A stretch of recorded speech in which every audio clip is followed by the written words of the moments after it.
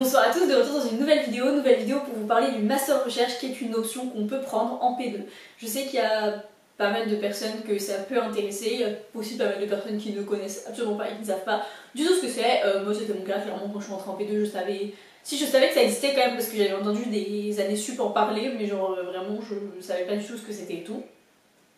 Du coup en gros le master recherche c'est un master 1 qu'on fait en deuxième année de médecine et les années d'après, genre on prend des options tous les ans etc. Et à la fin de nos années de médecine, avec tout ce qu'on a validé pour le master plus nos études de médecine, les ECTS qui sont acquis par les études de médecine, on a validé un master 1 et ensuite tu peux faire ton master 2 plus tard. Du coup ce master 1 et ce master 2 après, ils te servent à faire de la recherche si jamais tu veux t'installer après en tant que médecin et faire et de la médecine voilà, où tu reçois tes patients etc.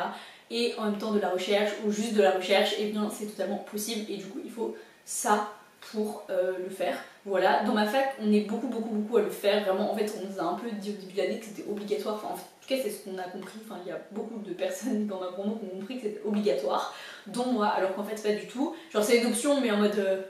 pas très optionnel quoi, en mode t'es un peu obligé de le faire, mais en fait pas du tout. Il y a plein de facs où en fait il y a personne qui le fait, mais nous vraiment tout le monde le fait. Je crois qu'il y a un truc comme 97% de la promo qui le fait, vraiment c'est pas un chiffre au hasard, genre c'est vraiment quelque chose qu'on nous a dit en début d'année, on nous a dit un truc comme ça, genre il y a 95, 96, 87, un truc comme ça % de la promo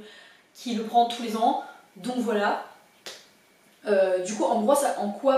consiste. Tu dois prendre tous les ans des matières. Donc nous par exemple on avait au premier semestre de la P2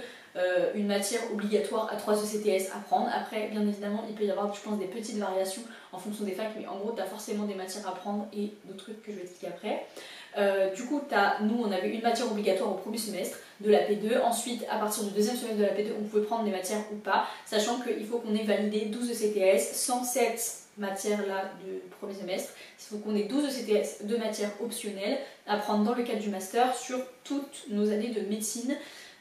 toutes nos années en fait, enfin pas nos années de tronc commun médecine, en gros jusqu'à la 6ème année on a 12 ECTS à valider, donc les matières en général elles font 3 à 6 ECTS et tu les prends pour un semestre. Tu peux prendre, c'est possible de prendre une matière à 6 ECTS ou deux matières à 3 ECTS ou une matière à 3 ECTS ou rien du tout, enfin voilà, enfin je crois que c'est possible de prendre rien du tout, moi j'en sais rien mais je crois.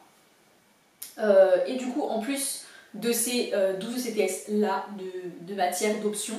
tu as aussi à faire un stage. Donc nous le stage il est à faire en D1, ça dépend, enfin c'est pendant l'année, c'est un stage de 10 semaines, donc ça pareil peut-être qu'il y a des variations en fonction des facs, je sais qu'il y a forcément un stage à faire normalement, en tout cas c'est des témoignages que j'en ai eu d'autres facs, qui a un stage à faire, mais je sais pas si c'est 10 semaines partout. En tout cas nous c'est 10 semaines et c'est un stage qui est à faire en D1, donc nous on le fait voilà, sur l'année de la D1, c'est un créneau de stage comme si on avait stage clinique. Il y en a qui sont en stage à l'hôpital, il y en a qui sont en block-off, il y en a qui sont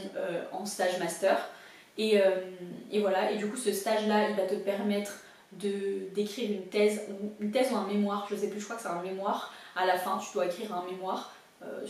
pour le master, et du coup à la fin ce stage plus ce master plus ce mémoire ça va te donner des ECTS, donc je ne sais plus combien exactement, mais voilà en gros t'as ça plus tes crédits que tu as avec tes études de médecine, plus les options, et du coup tout ça, ça te donne un Master 1. Ce Master 1, il te permet de faire de la recherche comme j'ai dit précédemment, et par contre, il me semble que pour faire de la recherche, il te faut après le Master 2, et du coup le Master 2, après tu vas le passer pendant ton internat, mais, et tu peux passer aussi le Master 1 si tu n'as pas fait avant pendant ton internat, mais c'est juste chiant, en plus je crois que tu es obligé de prendre des années sabbatiques, des trucs, des machins pour le faire, alors que maintenant au moins c'est fait, comme ça en plus si tu le fais en P2D1, après c'est terminé, on n'en parle plus, genre à la fin de ta D1, tu as validé ton master, et voilà, tu l'as, il est en poche, ton master 1, et tu peux avancer, tu n'as plus à t'en occuper. Si jamais tu en as besoin, bah, tu en auras besoin et tu pourras l'utiliser. Si jamais tu n'en as pas besoin, bah, tu l'utiliseras jamais, enfin on s'en fout, au pire c'est pas très grave, et voilà. Ouais, après voilà, comme je l'ai dit, c'est une option, c'est pas du tout obligatoire. Moi j'ai fait le choix de le prendre déjà parce que je pensais que j'avais pas le choix, mais en vrai voilà, je regrette pas de l'avoir pris parce que je me dis c'est toujours utile pour plus tard. Et voilà, c'est tout pour le master, j'espère que j'ai tout dit, j'espère que j'ai rien oublié et j'espère que j'étais claire, j'espère que ça aura pu vous aider. Si jamais vous avez des questions, que ce soit sur le master ou sur autre chose, n'hésitez pas à les poser en commentaire, il n'y a aucun souci. Si vous avez aimé cette vidéo et que vous aimez mes vidéos et que vous voulez continuer de voir mes vidéos, eh bien n'hésitez pas à vous abonner, ça fait toujours plaisir et ça va vous permettre de ne pas louper mes prochaines vidéos. En attendant, moi je vous fais des bisous et je vous dis à bientôt dans une prochaine vidéo.